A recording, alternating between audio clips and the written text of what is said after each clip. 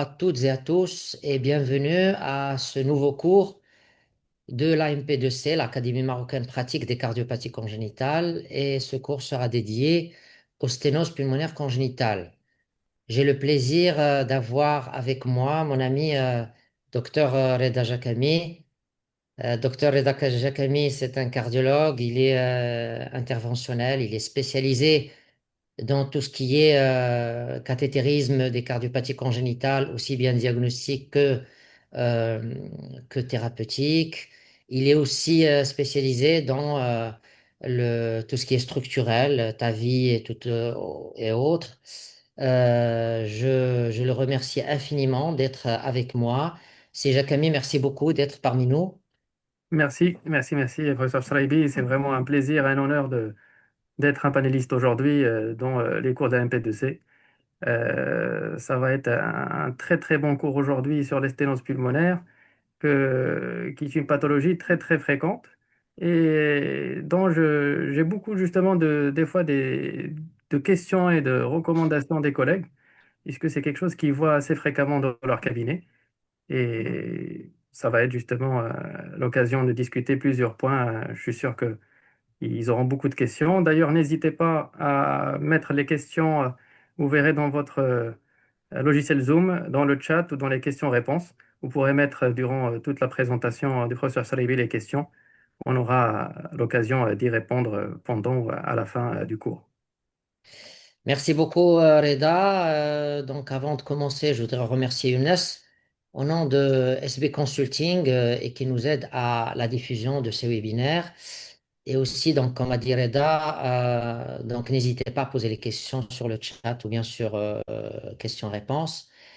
Et voilà, donc sans trop tarder, donc on va commencer la présentation sur les sténoses pulmonaires congénitales. Alors, c'est une pathologie qui est très, très fréquente. C'est la troisième plus fréquente des cardiopathies congénitales.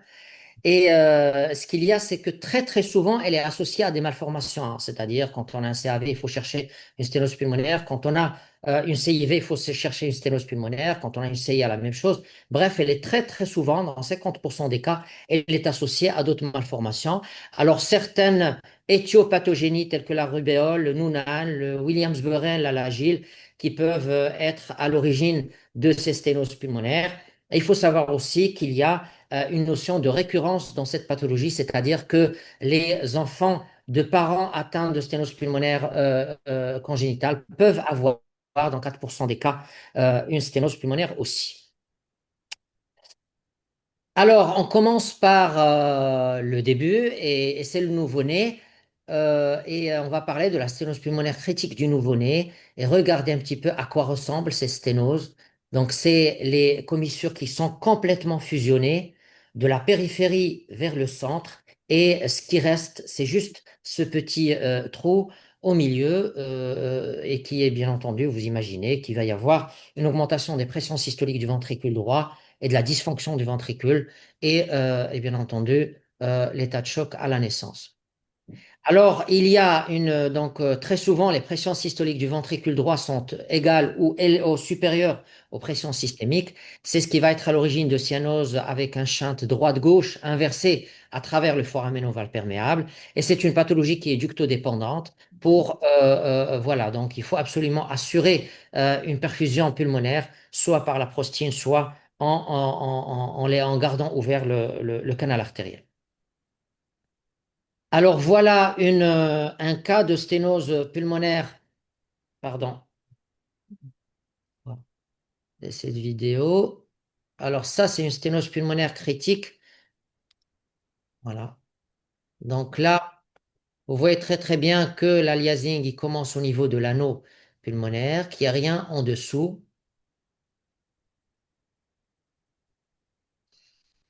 Alors, on a ici, donc, on est en sous-costal ici, et vous voyez que on est très très bien aligné sur la voie pulmonaire, et vous voyez ici un gradient de pression qui est extrêmement élevé à 157 mm de mercure, ce qui est énorme à la naissance. Et puis quand on se met sur l'IT, vous avez un gradient de pression là aussi qui est très très élevé, donc des pressions systoliques du VD qui sont aux alentours de 160 millimètres de mercure.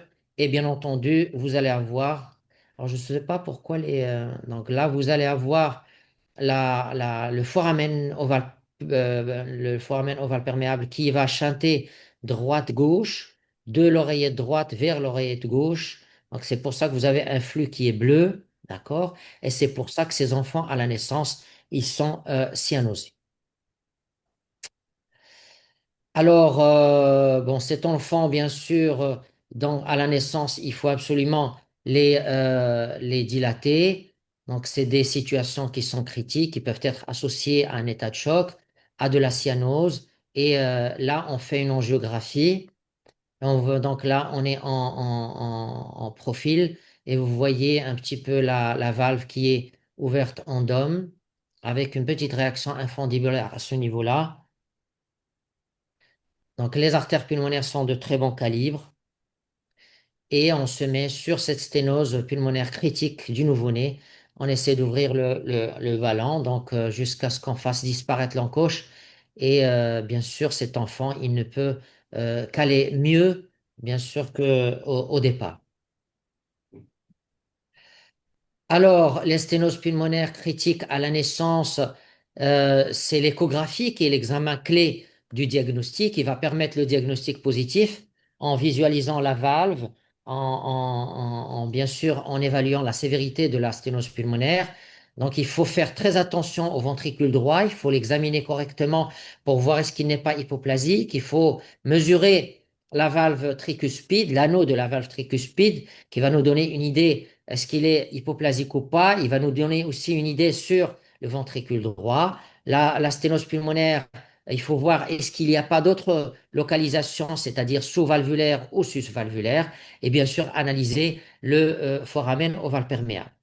Alors, il est exceptionnel qu'on demande une IRM, un angioscanner pour le diagnostic de ces sténoses pulmonaires critiques. L'échographie, en général, ces enfants sont très, très échogènes. On arrive à voir tous les paramètres, que ce soit anatomique, structurel ou hémodynamique, pour poser l'indication d'un cathétérisme cardiaque qui, actuellement, il est le traitement de choix de ces sténoses pulmonaires critiques. Alors, quand ils naissent, donc on a besoin de prostaglandine pour garder le canal ouvert et pour perfuser cette artère pulmonaire qui est le siège d'un bas débit. Et puis, bien sûr, il faut aller vers une dilatation par ballon en urgence. Alors, le résultat de cette dilatation, il va dépendre du degré de sténose, de la taille de la compliance du ventricule droit et de la taille de l'anneau tricuspide. Donc, les cas où l'anneau tricuspide il est petit et le ventricule droit il est hypoplasique avec des troubles de la compliance, donc là, en général, donc les résultats sont moins bons et la valve, le plus souvent dans ce genre de situation, elle est dysplasique, elle n'est pas endome, elle est dysplasique, ça se voit dans les cas où l'enfant il est syndromique et donc les résultats sont un peu moins bons. Si on procède à une dilatation et que le bébé reste hypoxémique avec une désaturation, bon, parfois ça prend du temps pour avoir une saturation normale. À ce moment-là, on peut s'aider d'un shunt systémico-pulmonaire ou bien on peut stenter le canal artériel. Voilà, donc ça, c'était, et puis la mortalité, elle est de 0,24%, les complications majeures de 0,35%, et la survie sans réopération à long terme, elle est de 95% à 20 ans, ce qui est extraordinaire. Donc, c'est-à-dire, on part d'un bébé qui est en état de choc, qui n'est pas bien, donc à une survie à 20 ans, qui est de l'ordre de 95% après chirurgie et 70% après une dilatation. Alors, on passe au grand enfant et à l'adulte. Alors, souvent, ce sont des patients qui sont asymptomatiques. Ils peuvent avoir une intolérance à l'effort lorsque la sténose est hyper serrée ou lorsqu'elle a traîné, lorsqu'on est devant un adulte ou un grand adulte. À ce moment-là, on peut avoir des symptômes essentiellement une intolérance à l'effort, une syncope à l'effort. L'auscultation, vous allez avoir un souffle éjectionnel, ça vous apprend absolument rien du tout. Et rarement, la sténose pulmonaire, elle va arriver jusqu'au stade de l'insuffisance cardiaque droite. Le plus souvent, elle va être symptomatique avant, c'est-à-dire la sténose pulmonaire, elle va se déclarer par de la dyspnée, elle va se déclarer par une syncope avant d'arriver à la déchéance du myocarde ventriculaire droit et à l'insuffisance cardiaque droite. Alors, les sténoses valvulaires, maintenant, le niveau valvulaire, donc il y en a deux types. Donc, les valves avec une soudure commissurale, comme vous voyez ici, il y a juste deux commissures qui sont ouvertes, contrairement, et puis les valves sont épaissies, sont rétractées, alors que la valve dysplasique, c'est une valve qui est un petit peu, comme son nom l'indique, elle est myxomateuse, donc il y a des nodules fibreux, et elle est épaisse, elle est très épaisse. Alors voilà le cas d'une, pardon, voilà le cas d'une sténose pulmonaire valvulaire endome, comme ce que je vous ai montré tout à l'heure à l'anapathe. Et là, vous voyez que l'aliasing, il commence bel et bien au niveau de la valve. Et quand on arrête l'image, donc vous voyez que la valve, elle s'ouvre en dôme, c'est-à-dire au lieu qu'elle s'ouvre comme ça, sur les parois de l'artère pulmonaire, elle va s'ouvrir comme ça. Elle va rester ouverte comme ça, comme vous le voyez ici. Donc c'est ce qu'on appelle les sténoses pulmonaires valvulaires en dôme. Et là, c'est le cas de valves qui sont dysplasiques. Vous voyez ici l'artère pulmonaire, vous avez ici l'anneau et la valve pulmonaire. Donc, on arrive difficilement à l'individualiser. Elle est épaissie. Quand vous voyez ici, la valve, encore une fois, elle est épaissie. Vous voyez cette valve, elle est épaissie, elle est redondante avec un peu plus de tissu. Alors, ça va vite. Alors, il faut aussi s'intéresser au ventricule droit, c'est très important à l'échographie. Quand vous avez une sténose pulmonaire, il ne faut pas se focaliser seulement sur ces sténoses pulmonaires valvulaires. Donc il y a des paramètres qui sont extrêmement importants et qui doivent ressortir dans le compte-rendu de l'échocardiographie. Et c'est très important pour le chirurgien, c'est très important pour l'intensiviste, c'est très important pour le cathétériseur. C'est important, hein. Donc, la première des choses, c'est qu'il faut mesurer l'anneau. Et l'anneau, on va voir où est-ce qu'on le mesure. On va le voir tout à l'heure. Donc, c'est au pied des feuillets valvulaires pulmonaires. L'anneau tricuspide aussi, il fait partie parfois de la pathologie de la valve pulmonaire. C'est un petit peu, vous allez prendre des choses un peu, vous allez vous dire que c'est un peu bizarre ce qu'il dit, mais parfois, lorsque la valve pulmonaire elle est sténosée, que les artères pulmonaires sont hypoplasiques, etc., il faut absolument se retourner vers la valve tricuspide et parfois elle est malade, comme on peut le voir dans ce genre de situation. Un anneau tricuspide qui est petit, un petit ventricule droit, d'accord? Ici, on a une ouverture qui est assez correcte de la valve pulmonaire. Regardez le ventricule droit qui est très hypertrophié secondairement à cette sténose pulmonaire. Et regardez, donc l'analyse de l'anneau, vous voyez que la valve pulmonaire, c'est une unité, hein. Non, il n'y a pas que les feuillets. Il y a l'anneau, il y a les feuillets, il y a la jonction sinotubulaire, il y a les commissures, il y a beaucoup de choses qui interviennent et qu'il faut analyser une par une. C'est ce qu'on va essayer de faire au fur et à mesure lors de ce cours. Vous regardez où est-ce qu'on mesure l'anneau. L'anneau est très très important à mesurer. C'est au pied des feuillets valvulaires et c'est important pour le cathétériseur. Donc, je parle sous contrôle de mon ami Dr Jacami et la mesure de l'anneau, c'est important pour préparer le ballon qu'on va utiliser et c'est important. Donc là, je vous rappelle juste cet appareil valvulaire pulmonaire qui est constitué par l'anneau à ce niveau-là. Donc, il y a la jonction anatomique, donc entre le ventricule et l'anneau. Il y a aussi la jonction sinotubulaire entre cet appareil valvulaire pulmonaire et le tronc de l'artère pulmonaire. Et il y a aussi l'anneau virtuel. Donc, tout ça, ce sont des éléments qui sont importants. Et puis, quand on se met en angiographie, voilà, c'est un petit peu comme à l'écho, comme ici. Donc, c'est à ce niveau-là qu'il faut mesurer l'anneau. Et Dr Jacami va nous parler, va nous expliquer un petit peu comment il mesure et l'importance de mesurer cet anneau avec précision pour avoir un meilleur résultat de la dilatation valvulaire pulmonaire. Alors, deuxième chose, là, je me suis mis en petit axe pour les jeunes qui n'ont pas l'habitude de faire les congénitaux. Je suis en petit axe avec l'aorte et l'artère pulmonaire. Et là, on peut se mettre aussi en sous-costal. On est très, très bien aligné sur la voie pulmonaire. Donc, ici, vous avez l'aorte et ici, vous avez l'anneau pulmonaire. Alors, l'anneau pulmonaire, en général, on le mesure sur le petit axe comme ça, comme j'ai dit tout à l'heure, mais parfois, on peut être amené à faire une petite acrobatie. L'anneau pulmonaire, il est un peu plus bas et antérieur. Regardez, donc il est à ce niveau-là. Donc, il ne faut pas hésiter à le chercher, cet anneau pulmonaire, et le mesurer de façon un peu plus précise. Et il faut faire très très attention aux sténoses susvalvulaires associées. Donc vous avez ici la valve qui est malade, mais probablement en sus, au niveau de la jonction sino-tubulaire ici, vous avez très probablement, alors on peut le prendre pour des feuillets qui sont épaissis. Et quand ils s'ouvrent, ils vont donner un petit peu cet aspect. Mais parfois, c'est une véritable sténose susvalvulaire au niveau de la jonction et qu'il va falloir, bien entendu. Alors là, on confirme un petit peu. Regardez, je vais arrêter l'image. Regardez, je vais arrêter l'image. Pardon. Donc là, vous avez et la valve en dôme qu'on voit très bien en angiographie. Et juste au-dessus, vous avez la sténose au niveau de la jonction sinotubulaire. C'est le même patient, hein.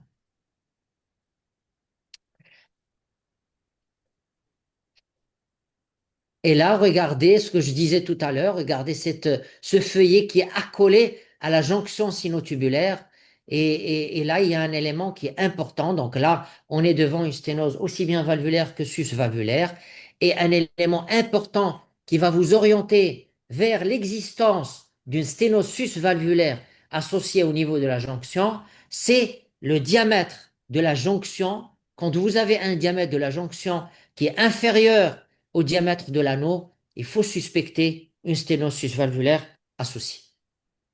Alors, autre élément dans votre étude échographique qu'il faut absolument examiner, c'est le tronc de l'artère pulmonaire et on peut avoir cette dilatation qu'on appelle la dilatation post-sténotique qui est due parfois aux lésions de G et comme vous le voyez ici, une dilatation saxiforme du tronc de l'artère pulmonaire et vous voyez ici encore une fois une dilatation un peu plus diffuse et là vous voyez une dilatation carrément anévrismale du tronc de l'artère pulmonaire qui fait ici 80 millimètres. Donc, alors que la sténose chez cette patiente-là, je me rappelle très bien, c'est une sténose qui n'était pas serrée. Le degré, et ça il faut retenir, le degré de dilatation du tronc de l'artère pulmonaire n'est pas étroitement lié au degré de sévérité de la sténose pulmonaire. Vous voyez ici une artère pulmonaire gauche qui est très dilatée, de même que l'artère pulmonaire droite. Alors, il faut analyser aussi un autre élément, c'est l'infundibulum pulmonaire.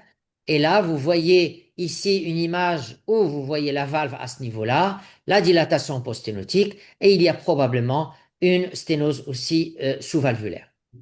Et quand on met la couleur, vous voyez que l'aliasing, donc, contrairement à tout à l'heure, il ne va pas commencer au niveau de la valve ici, il va commencer en dessous de la valve, au niveau infundibulaire. Et quand on met un Doppler continu, vous voyez qu'il y a deux flux. Un flux en doigt de gant qui correspond à la sténose de la valve et un aspect en lame de sabre qui correspond à la sténose musculaire au niveau infundibulaire. Et là, je voulais vous montrer un petit peu cet aspect particulier d'une patiente que j'avais et qui a une sténose infundibulaire très particulière. Elle est fibromusculaire. Donc, c'est pas comme ici, c'est diffus. Donc, ici, c'est comme une membrane fibromusculaire en dessous de la valve. Alors, il faut analyser le ventricule droit, c'est important. Vous avez ici une hyperpression barométrique du ventricule droit avec ce septum interventriculaire qui bombe du côté gauche et l'hypertrophie ventriculaire droite ici qu'il va falloir rechercher, c'est important. Et bien sûr, analyser la fonction du ventricule droit. Alors, parfois, on peut être amené on peut être confronté à des ventricules droits qui sont très petits, c'est-à-dire des ventricules droits qui sont hypertrophiés de façon très importante. Donc un endocarde qui est blanc nacré, qui témoigne de la fibrose endomyocardique, et une toute petite cavité du ventricule droit. Et c'est très souvent corrélé avec un anneau tricuspidien, comme j'ai dit tout à l'heure, qui est hypoplasique. Et ça, c'est important dans la discussion de la prise en charge du patient. C'est important d'avoir ce genre d'éléments. Alors, il faut aussi analyser les troncs de l'artère pulmonaire. Parfois, il peut être hypoplasique, de même que les deux artères pulmonaires. Vous avez le tronc de l'artère pulmonaire ici, la sténose valvulaire, l'hypoplasie du tronc de l'artère pulmonaire et l'hypoplasie aussi des deux artères pulmonaires. La sévérité, je vous apprends absolument rien du tout, c'est l'évaluation de la vitesse à travers la valve ou en sous-valvulaire ou en sus-valvulaire. Et bien sûr qu'on va rapporter avec l'équation de Bernoulli pour avoir un gradient de pression entre le ventricule droit et l'artère pulmonaire. Et quand on a un gradient de pression maximum, quand on a une vitesse au-delà de 4 mètres par seconde, c'est en faveur d'une sténose serrée. Un gradient moyen au-delà de 50, un gradient max au-delà de 70. Donc tout ça, ce sont des éléments en faveur d'une sténose pulmonaire qui est serrée. Alors le traitement de choix, c'est essentiellement la dilatation par ballon de la sténose valvulaire. On parle maintenant de la sténose valvulaire. Donc, on fait de l'angiographie. Donc, ça, Reda, tout à l'heure, il pourra en parler mieux que moi. Et on met en place le ballon, on ouvre. Et donc, le choix du ballon, je vais laisser, donc la taille du ballon, je vais laisser Reda en parler. En général, c'est 1,4 fois la taille de l'anneau. Et donc, encore une fois, donc c'est la même technique. On peut utiliser la technique de double ballon, mais je crois que, je sais pas, tu peux me corriger, Reda. Donc, on la fait de moins en moins, sauf pour les sténoses qui sont hyper difficiles à faire craquer sous un seul ballon. Ou des gros anneaux, ou même avoir des gros anneaux. Parce qu'il y a, les anneaux sont très, très importants. Donc là, Exactement. c'est cette technique des deux ballons où on voit les deux ballons se gonfler en même temps pour essayer de faire craquer ces commissures. Alors, le traitement par dilatation, c'est le traitement de choix en 2026. Pardon. Donc, à partir d'un gradient max de 50-60, on peut bien sûr traiter par la dilatation par ballon. L'estonose critique à partir d'un gradient max à 40 mm de mercure avec des signes cliniques, bien entendu. Et la taille du ballon, c'est 1,4 fois la taille de l'anneau. Les critères de réussite, quand est-ce qu'on va dire que cette dilatation a réussi? Lorsque le gradient résiduel est de moins de 35, le gradient brut, pardon, maximal.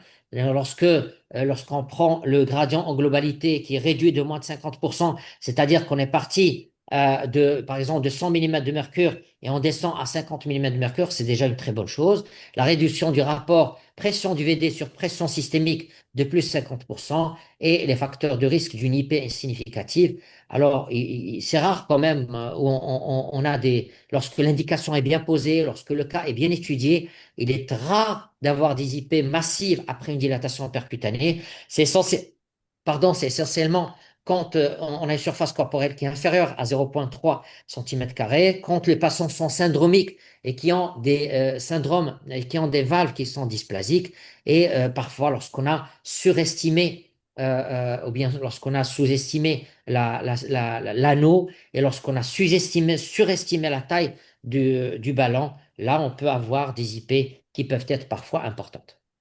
Donc, ces dilatations, elles se maintiennent, le résultat de la dilatation se maintient dans le temps, même très tardivement, et ça, c'est une très, très bonne chose.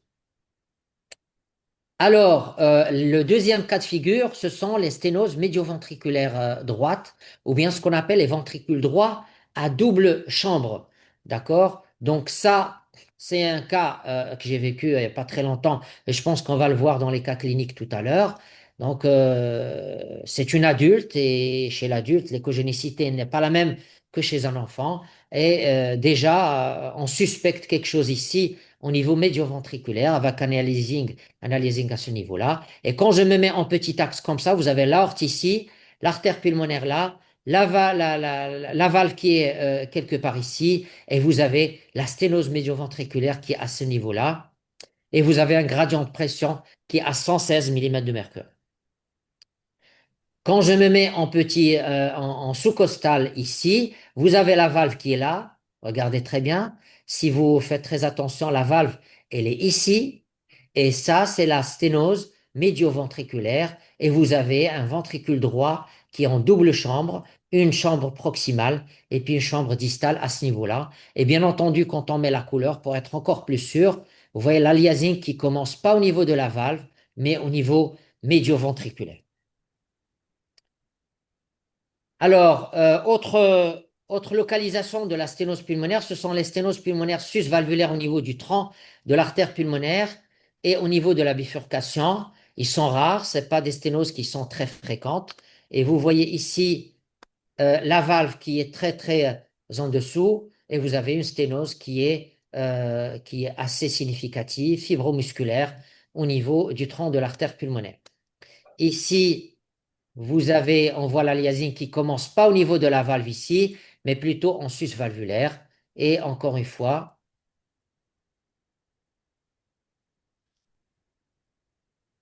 oups, bon, il veut pas. Voilà, donc c'est une autre forme de sténosus valvulaire. Vous avez la valve qui est à ce niveau-là, et vous avez ici un diaphragme au niveau du tronc de l'artère pulmonaire. Donc là encore, une autre sténosus valvulaire. Et après, il faut toujours s'intéresser, même si la sténose, elle est purement valvulaire, il faut s'intéresser aux branches de l'artère pulmonaire, c'est-à-dire l'artère pulmonaire gauche, l'artère pulmonaire droite, c'est très important pour voir s'il n'y a pas de sténose périphérique. Alors, ici, on dégage très très bien l'artère pulmonaire droite. Ici, donc on peut la mesurer, mais ici, je suis en petit axe. Vous avez l'aorte ici et l'artère pulmonaire dilatée et le démarrage de l'artère pulmonaire gauche ici, l'artère pulmonaire droite, pardon. Et ici, je suis en suprasternal. On voit un peu mieux tout le tronc de l'artère pulmonaire droite. Le souci, c'est que on n'est pas très bien aligné avec l'artère pulmonaire droite et avec l'artère pulmonaire gauche le plus souvent. Mais parfois, on essaye de s'aligner, hein. Donc ici, on est devant une sténose de l'artère pulmonaire droite, à son origine à ce niveau-là. Vous voyez l'aliasing à ce niveau-là. Et quand on enlève la couleur, vous voyez la sténose qui est très claire à ce niveau-là. Alors vous voyez que là, si je mets un Doppler continu ici, je ne serai pas très très bien aligné sur l'artère pulmonaire droite. Peut-être quand je suis en petit axe comme ça, je vais être un peu mieux aligné et je vais essayer de multiplier les incidences et les coupes pour que je sois le mieux aligné pour avoir une idée sur cette sténose de l'artère pulmonaire droite. Mais parfois, c'est pas évident et donc on est obligé d'avoir un angioscanner ou bien une angio-IRM, ou bien carrément une angiographie cathétérisme pour évaluer ces sténoses périphériques. Là, c'est l'alignement sur la paix gauche. En suprasternal, ça c'est l'aorte. Ça c'est la bifurcation de l'artère pulmonaire. Et ça c'est la paix gauche. On est mieux aligné. On est bien aligné. Parfois, on l'est moins. Et là, pardon. Et là, je suis en petit axe. Et vous voyez que je peux être aligné avec l'origine de l'artère pulmonaire gauche. Donc, et là, encore une fois, c'est l'artère pulmonaire gauche. Donc ici, on la voit très bien, elle est petite, elle est hypoplasique, elle est sténosée. Et on peut avoir un gradient de pression. Donc on peut la mesurer ici. On peut avoir un gradient de pression. Mais il faut faire attention, hein. C'est pas la méthode idéale pour évaluer la gravité et la sévérité des sténoses au niveau des deux artères pulmonaires. Alors, autre examen qu'on peut utiliser pour le diagnostic de ces sténoses pulmonaires, c'est soit l'angio-IRM, l'angioscanner ou le cathétérisme angiographie, comme vous voyez ici, une artère pulmonaire gauche qui est sténosée à son origine. Alors, le traitement de ces sténoses des artères pulmonaires, alors périphérie, je parle des sténoses pulmonaires en périphérie, de droite et gauche. Alors, c'est un traitement chirurgical quand il s'agit d'une artère pulmonaire principale et pour les segments proximaux des branches pulmonaires. Et une dilatation lorsque c'est distal, lorsqu'on n'a pas accès, lorsque le chirurgien ne peut pas accéder à l'artère pulmonaire, c'est beaucoup plus des traitements plutôt par dilatation. Voilà ce que je voulais vous dire à propos de ce cours sur les sténoses pulmonaires. J'espère que c'était à la hauteur de vos attentes et on est prêt pour des questions si vous en avez. N'hésitez pas à poser des questions. Justement, donc on a trois questions. Je vais revenir sur le point que vous avez relevé, professeur Charaibi, concernant la mesure de l'anneau. Alors, encore une fois, moi je suis cathétériseur Oui, et cette mesure, elle est très très importante qu'elle figure dans les comptes rendus d'échographie cardiaque. Parce que finalement, la mesure du ballon qu'on va utiliser pour dilater l'anneau de la valve pulmonaire va être une moyenne entre la mesure qu'on va avoir en angiographie et l'échographie. L'angiographie, encore une fois, c'est des images aussi en deux dimensions.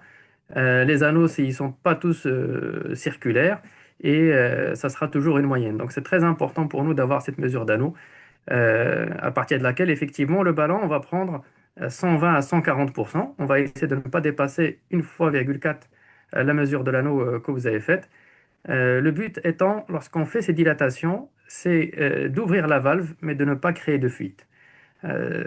Comme pour toutes les sténoses valvulaires, on peut finalement dilater plusieurs fois un patient durant sa vie, mais une fois qu'on a une fuite valvulaire, là on est obligé d'avoir un remplacement valvulaire ou une implantation de valve par voie percutanée.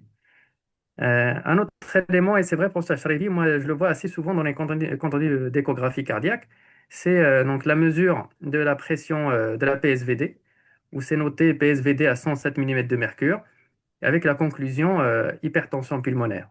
Alors, en cas de sténose pulmonaire, là, on ne peut pas parler d'hypertension pulmonaire. En fait, il faut la pression qu'on a du VD, pour avoir la pression de l'artère pulmonaire, il faut déduire le gradient que vous mesurez entre le VD et la P.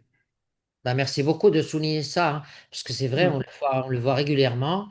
Le médecin, il est bien aligné sur la valve tricuspide, il prend la vitesse de l'insuffisance tricuspidienne et il conclut rapidement à une hypertension artérielle pulmonaire, alors qu'il suffit juste d'ausculter le patient. On va pas avoir d'éclat de B2, on va avoir plutôt un souffle systolique avec une diminution de B2. Et bien entendu, il suffit de se rabattre sur la valve pulmonaire pour voir qu'elle est sténosée. Effectivement, c'est un piège et je crois que le rôle aussi de ces cours, c'est de montrer aux gens qu'il faut faire très très attention avant de dire qu'il y a de l'hypertension pulmonaire ou pas. C'est important. Très bien. On répond aux trois questions, après, professeur Sharibi. Avec plaisir. Alors, vous me posez les questions et moi j'essaierai d'y répondre. Alors, Alors, l'indication de Blalock dans la prise en charge de sténose pulmonaire critique néonatale. alors, Vas-y, si vas-y. si vous permettez, je vais Bien répondre sûr, à bien sûr. celle-là. Donc, l'intérêt d'un shunt systémico-pulmonaire, c'est d'augmenter le débit pulmonaire. Alors, on essaye de nos jours d'essayer effectivement la méthode interventionnelle et une fois qu'on a reconnu le problème, de faire la méthode la plus adaptée. Dans ce cas-là, c'est une sténose pulmonaire critique.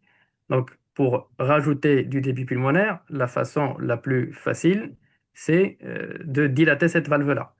Donc, si on dilate la valve pulmonaire et qu'elle réussit, finalement, on aura augmenté le débit dans les artères pulmonaires, dans le poumon, et on n'aura pas besoin de mettre de Blalock. Donc, la question, c'est quand est-ce qu'on va mettre un shunt? Alors, on va le mettre donc, par voie chirurgicale. On va le faire quand on ne peut pas faire la dilatation, quand c'est contre-indiqué, quand on n'y arrive pas, quand c'est quasiment des atrésies pulmonaires, on ne peut même pas passer de guide ou aller ouvrir la valve. Et l'objectif, effectivement, c'est d'augmenter le débit pulmonaire pour qu'il puisse y avoir la survie. L'autre méthode aussi, quand c'est pas du Blalock par voie interventionnelle, c'est quand on a donc le canal encore ouvert et qu'on ne peut pas réouvrir la valve, c'est de mettre un stenting de canal. Euh, Absolument.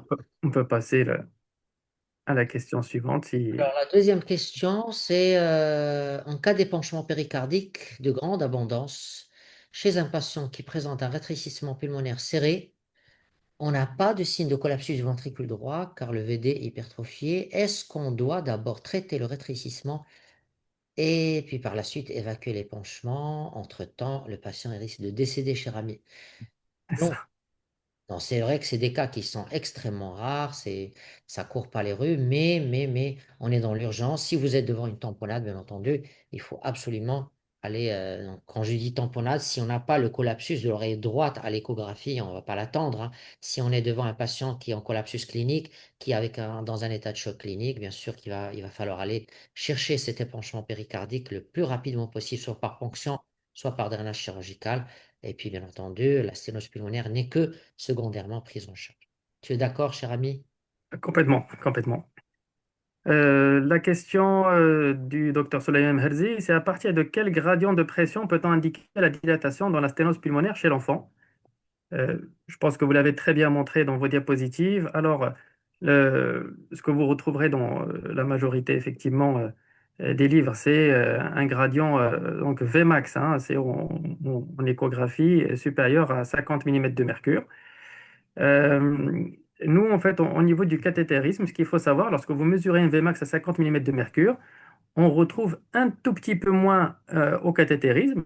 euh, et la valeur qu'on prend, nous, en fait, on prend un gradient qui est pic à pic, hein. C'est entre les sommets en fait, des courbes de pression. Et pour nous, la valeur qu'on trouve, c'est une moyenne entre la Vmax de l'écho et enfin, le gradient maximal et le gradient moyen. C'est-à-dire, si en écho, vous avez un gradient maximal à 60 et un gradient moyen à 40, bah, finalement, nous, on va trouver un gradient pic à pic à 50. Donc, on utilise donc ce critère-là de gradient maximal à 50 mm de mercure. Il y a aussi un autre élément qui est très important, c'est le rapport de pression. Donc, lorsque vous mesurez la PSVD, pour nous, c'est important de savoir quel est le ratio entre la pression du ventricule droit et la pression du ventricule gauche, qui correspond à la pression aortique. Si elle dépasse 50%, c'est beaucoup. Pour une personne saine et normale, la pression du VD sur la pression du VG, c'est moins d'un tiers. Donc à 50%, si on a ces deux critères-là, c'est une indication à aller dilater la valve pulmonaire. Ce que dit Dr Jacami est extrêmement important. Il ne faut pas se focaliser sur le gradient de pression, hein, au niveau de la valve, hein. Il faut aussi analyser la fonction ventriculaire droite. Parfois, on a une fonction ventriculaire droite qui est très altérée, essentiellement chez le nouveau-né. Et là, vous allez avoir peut-être un gradient de pression à travers la valve qui est un peu bas. Et deuxième chose, c'est qu'il faut toujours regarder le ventricule droit, hein. Il faut toujours regarder le ventricule droit. S'il est hypertrophié, ça veut dire que il y a un barrage qui est significatif en regard. C'est important. Voilà, alors, un ami je vous promets qu'on va faire un cours sur les urgences néonatales en cardiologie, hein. Donc, ça va être un cours, on va le programmer certainement. Voilà. Est-ce que tu as des questions, docteur Jacami, ou des commentaires à faire?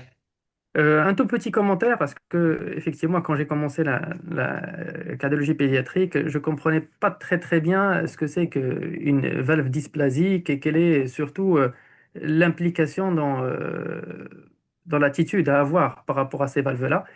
Et j'en discutais beaucoup avec mes collègues avant, parce que au cathétérisme, on disait, ah bah c'est une valve dysplasique, donc on n'y touche pas.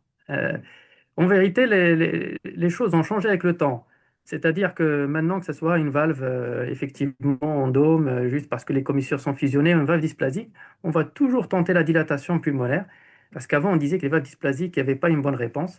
Et ben, on a les séries maintenant qui disent qu'on a une réponse à la dilatation dans 60% des cas. Et ben, ça vaut toujours le coup d'essayer. Parce que, encore une fois, si on dilate la valve et on a deux chances sur trois d'avoir un bon résultat, ben, vaut mieux ça que d'opérer d'emblée et plutôt de retarder l'échéance ou de faire des réinterventions. Donc, c'était vraiment un élément Mais, ouais, je suis tout à fait important. d'accord avec toi. Tu as très bien fait de souligner cette situation. Quand on a un anneau pulmonaire qui est suffisamment développé, quand on n'a pas d'hypoplasie de l'artère pulmonaire, du VD, etc., et que les valves sont dysplasiques, c'est vrai qu'on peut tenter une dilatation. Et parfois, c'est pour passer un cap. Le fait de dilater la valve pulmonaire et de gagner quelques millimètres de mercure en termes de gradient, ça permet de passer un cap et éventuellement par la suite, bon, il peut être candidat à être redilaté ou plutôt à être opéré.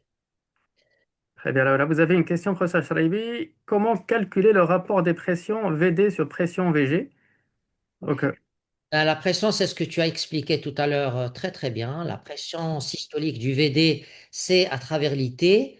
Donc, on mesure l'IT, la vitesse de l'IT, et bien sûr, avec l'équation de Bernoulli, on va à 4V au carré, donc on va avoir le gradient de pression entre le ventricule droit et l'oreillette droite en systole. Et puis, pour ce qui est de la pression systolique du VD, du VG, c'est la pression aortique quand il n'y a pas de sténose aortique. D'accord? C'est exactement la même chose.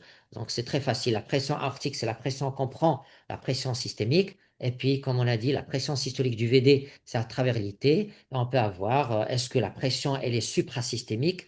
Est-ce qu'elle est isosystémique? Est-ce qu'elle est à un demi, à la moitié de la pression systémique ou deux tiers de la pression systémique? Et c'est comme ça qu'on peut parfois prendre des décisions d'opérer ou de ne pas opérer, effectivement. C'est pour ça que c'est important dans les contenus d'échographie de toujours figurer la pression artérielle et la saturation, surtout en cardiopathie congénitale. Juste, juste. On a une question, pourquoi ne pas faire un stenting dans la paix au lieu de dilater seulement? Eh ben, la réponse est qu'on veut garder la fonction valvulaire. Si on met un stent, on va crocher les valves et on aura créé une fuite massive qui n'aura pas pour le ventricule droit un retentissement immédiat, mais au bout de quelques années, c'est une dilatation du ventricule droit et une obligation d'aller revalvuler. Donc ça serait dommage. Alors la question, c'est quel est le rythme suivi par écho-cœur chez un enfant avec une sténose pulmonaire? Alors, je ne sais pas si vous voulez parler d'une sténose pulmonaire native ou une sténose pulmonaire qui a été dilatée. Alors, si la sténose pulmonaire, elle est native, ça dépend du degré de sévérité, hein. Si vous avez une sténose pulmonaire qui est peu serrée avec un gradient de l'ordre de 30 millimètres de mercure, pas plus loin que cet après-midi, j'ai vu un enfant avec une sténose qui est à 30 millimètres de mercure de gradient maximum avec des artères pulmonaires qui sont de bon calibre, on peut le voir une fois par an, hein. Donc, il n'y a aucune urgence à le voir tous les 3 mois ou tous les mois.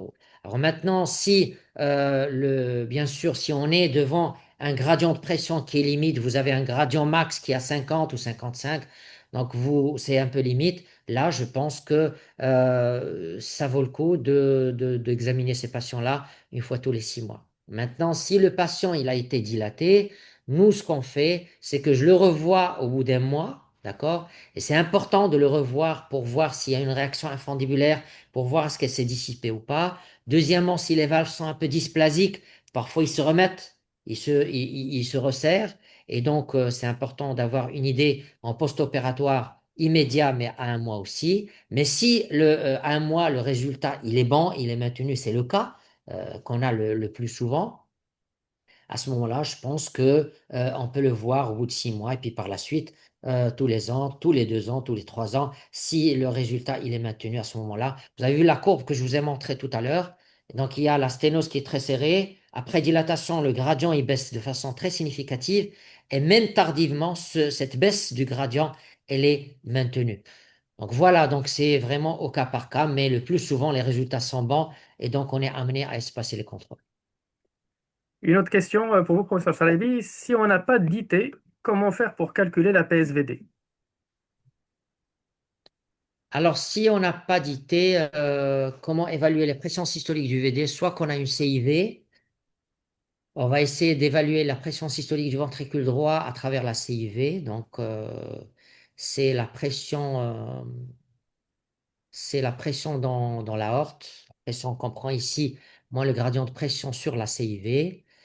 Sinon, je ne vois pas comment. Donc, il y a à travers l'IP, mais là, on est devant une sténose pulmonaire, donc la valve, elle est malade.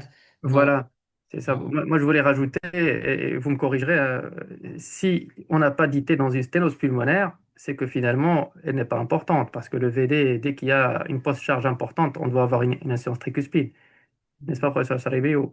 Non, non, je Oui. suis tout à fait d'accord. Je suis tout à fait d'accord. Le plus souvent, on est unité pour évaluer ça. Bon, parfois, on peut ne pas l'avoir, c'est vrai. Mais à ce moment-là, si on est sûr, on a vu les artères pulmonaires en périphérie et qu'il n'y a pas de sténose périphérique en périphérie, pardon, à ce moment-là, donc si vous avez un gradient de pression sur la sténose pulmonaire qui est par exemple à 60, vous allez rajouter 20 millimètres de mercure de pression dans l'artère pulmonaire, si vous êtes sûr que les pressions sont basses, et ça vous fera une pression systolique dans le VD qui a 100 millimètres de mercure. On a une question. Est-ce qu'il y a des Z-scores pour les mesures de l'anneau et de l'artère pulmonaire, ou bien c'est le gradient qui compte? Alors, je pourrais répondre à cette question. Alors, c'est important effectivement de savoir est-ce que l'artère pulmonaire, l'anneau, etc., ils sont hypoplasiques ou pas, parce que qu'il y ait une sténose, même si on lève la sténose, les petits conduits feront qu'il n'y aura pas assez de débit dans les artères pulmonaires. Donc, tous ces éléments-là sont à prendre en compte. Alors, il faut quand même savoir que lorsqu'on a des hypoplasies de l'arbre pulmonaire, c'est des pathologies complexes, hein. C'est pas la question aujourd'hui, c'est on parle de la sténose valvulaire pulmonaire, sus et sous-valvulaire, effectivement, pour que vous puissiez savoir comment elle peut se présenter. Mais c'est dans des cardiopathies complexes où il y a des hypoplasies. Et dans ce cas-là, on ne parle plus de dilatation, mais on essaie de répondre à la globalité de la problématique.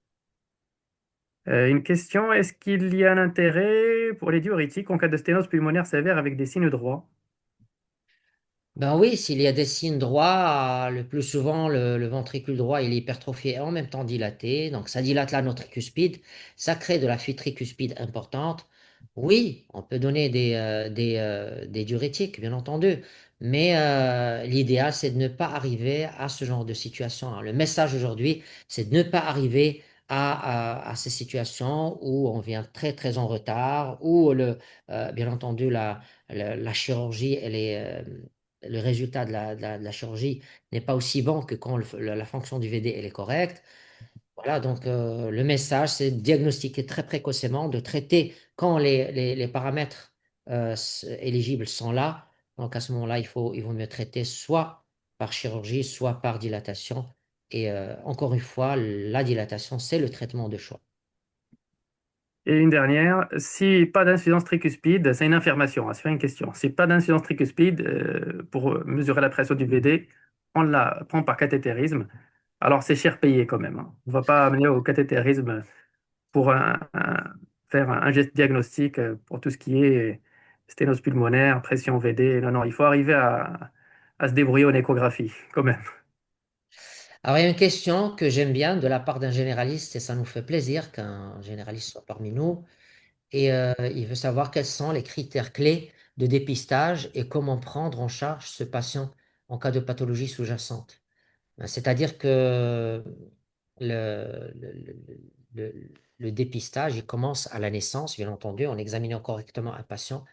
Donc, on va trouver essentiellement un souffle systolique, d'accord? Et si on n'a pas la chance de détecter ça à la naissance, bon, il y a toutes les consultations pour la vaccination et tout ça, où il faut se rattraper pour diagnostiquer ça. Et malheureusement, on voit encore des cas de sténose pulmonaire qui sont diagnostiqués chez le grand enfant, chez l'adolescent, parfois même chez l'adulte, chez les patients adultes. Et je pense qu'il ne faut pas accepter ça. Il faut absolument diagnostiquer ça à un âge très, très précoce. Euh, Alors, pour expliquer la régression spontanée de sténose pulmonaire, parfois. Alors, c'est vrai, on peut avoir des sténoses pulmonaires qui régressent parfois. Donc, on part de gradient à 5 ans. Souvent, ce sont des sténoses qui ne sont pas serrées. Et ce sont des sténoses avec un anneau qui est le plus souvent dilaté, un anneau pulmonaire qui est de bon calibre. Et là, on peut assister effectivement à une dilatation de cet anneau et puis à une régression de, de cette sténose, de la sévérité de la sténose pulmonaire. Alors, comment expliquer ça? Est-ce qu'il y a une rétraction de la valve? Est-ce qu'il y a je n'ai pas une explication à ça, mais ça, on le voit dans notre pratique de tous les jours. C'est vrai qu'on le voit. On voit pas souvent, mais parfois les sténoses. Est-ce que tu as une explication à ça, Reda? honnêtement, moi, j'ai pas une idée sur ça. Je pourrais dire une stabilisation, mais régression jusqu'à dire qu'il y avait une sténose serrée qui est devenue Pas modérée. serré. Le plus souvent, c'est pas serré. Le plus souvent, ce sont des sténoses qui sont moyennement serrées, peu serrées, et C'est par ça, par effet qui vont se dissiper. exactement. On a vu Et ça. puis les enfants opérés ou traités par chirurgie peuvent faire du sport normalement, totalement, bien sûr. L'intérêt de la chirurgie et de la dilatation, c'est que finalement, ça touche que la valve et les commissures, donc il n'y a pas de ventriculotomie, on ne touche pas le muscle, le myocarde, qui pourrait être un risque pour les sportifs et déclencher des tachycardies. Donc, c'est une vie normale. Et y a-t-il un intérêt des bêta-bloquants ou sont-ils plutôt contre-indiqués? Alors, les bêta-bloquants, il n'y a aucune indication en prédilatation, en préopératoire, bien entendu, aucune indication. Maintenant, ce qui nous arrive par voie, c'est que, et ça tu l'as déjà certainement vécu, Reda, c'est que, il y a une sténose pulmonaire qui est essentiellement valvulaire et une réaction infundibulaire en dessous, d'accord? Et puis on se dit, la réaction infundibulaire n'est pas très très importante et c'est essentiellement la valve qui est sténosée. Donc, on va dilater la valve et en post-dilatation, il persiste un gradient qui est dû non pas à la valve, mais plutôt à l'infundibulum. Et on met des bêta-bloquants, essentiellement le propranolol, et ça marche très bien le plus souvent. Effectivement, c'est la même réponse pour la question. Bonsoir, avlocardie, la prédilatation, pour quelle durée? Ben, c'est ça, ce qu'il faut Le comprendre, c'est temps que que ça se dissipe, le temps que ça régresse, et le plus souvent, on est amené à les arrêter, il n'y a pas de souci. c'est ça. Alors, on est Mhm. dans les temps, Reda. Mhm. Si tu es d'accord, donc on va enchaîner avec les cas cliniques. C'est Et puis, ça. on peut revenir aux questions. Donc, n'hésitez pas à continuer à poser les questions sur QR. Et puis, on... Moi, j'essaierai d'y répondre OK. en répondant par texte en attendant. Est-ce que tu vois ma présentation? Oui, très bien. Alors, le premier cas, c'est une femme adulte de 30 ans, mère de deux enfants. Le plus jeune, il a 5 ans, donc elle a eu sans aucun souci. Elle a été adressée pour suspicion de CIA. Donc, juste pour nos amis, les jeunes qui n'ont pas l'habitude de ce genre de pathologie, alors je lui en veux pas, hein. Donc, le fait de l'adresser, c'est déjà une très, très bonne chose. Mais il y a la clinique aussi qui est importante, hein. Donc, le fait d'avoir un souffle systolique éjectionnel, ça n'a rien à voir avec le souffle qui est doux de la CIA, le dédoublement de B2 qu'on voit dans la CIA. Donc, c'est très, très différent comme symptomatologie et comme auscultation. Donc, elle est asymptomatique, cette dame, et un électrocardiogramme qui montre une hypertrophie ventriculaire droite importante. Et regardez, donc quand on se met en long axe comme ça, déjà en long axe, on est frappé essentiellement par un VD qui n'est pas dilaté, mais qui est très très hypertrophié. Regardez la part antérieure du ventricule droit. On se met en petit axe, et là, je vous avoue que c'est une adulte, l'échographie n'est pas facile, donc on ne va pas vous montrer que des images qui sont belles, mais on va vous montrer la vie réelle aussi. Et vous voyez ici, là vous avez l'aorte, là vous avez l'artère pulmonaire, vous voyez l'ouverture ici en dôme, d'accord, de cette artère pulmonaire, et vous avez l'anneau pulmonaire qui est un petit peu hypoplasique. Et quand je mets la couleur, regardez, l'aliasing, il commence bien avant la valve. La valve, elle est ici. Et l'aliasing, il commence à ce niveau-là. Et regardez, quand je mets le gradient de pression, quand je mets mon Doppler continu sur l'artère pulmonaire, j'ai deux flux, un en lame de sabre, un en doigt de gant, avec un gradient de pression qui est à 51. Et même la sténose infundibulaire ici, elle est très, très serrée. Et autre chose, je me balade avec le Doppler pulsé cette fois-ci. J'ai la valve qui est à ce niveau-là et je me mets en dessous de la valve et vous avez le gradient de pression. Là, je suis en pulsé, je ne peux pas aller plus loin que ça dans les vitesses. Et vous voyez que ça dépasse les 2,5 mètres par seconde. Et donc, ça témoigne d'une sténose qui est significative au niveau de l'infundibulum aussi. Encore une fois, donc je fais tout ce qu'on a dit dans le cours. On mesure l'anneau au pied des feuillets. D'accord? Il fait 17 millimètres l'anneau. On voit qu'il y a une hypertrophie du ventricule droit, mais aussi une dilatation du ventricule droit. Elle est âgée de 30 ans. Elle a traîné toute sa vie avec cette sténose pulmonaire qui est hyper serrée. Un gradient 157, on ne voit pas ça tous les jours. Regardez cette hypertrophie du ventricule droit, comment elle est. Elle est très très importante.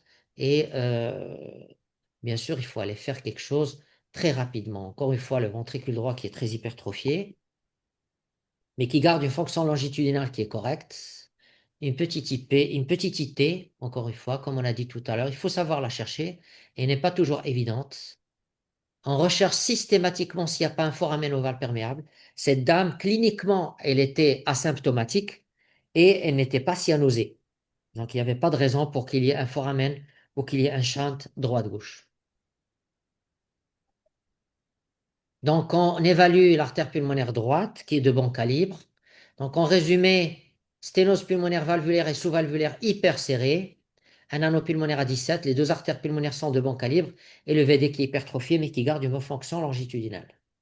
Donc, ce qu'on a proposé, donc je l'ai vu il y a à peine 2 semaines ou 3 semaines, donc on a proposé chez elle une levée de l'obstacle pulmonaire valvulaire par une commissurotomie et sous-valvulaire, bien sûr, chirurgicale par une résection de l'infundibulum sous CEC.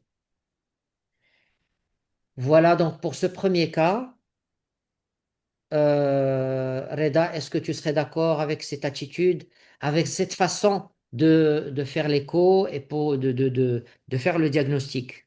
Et complètement, complètement. C'est très, très important vraiment de notifier où sont les sténoses.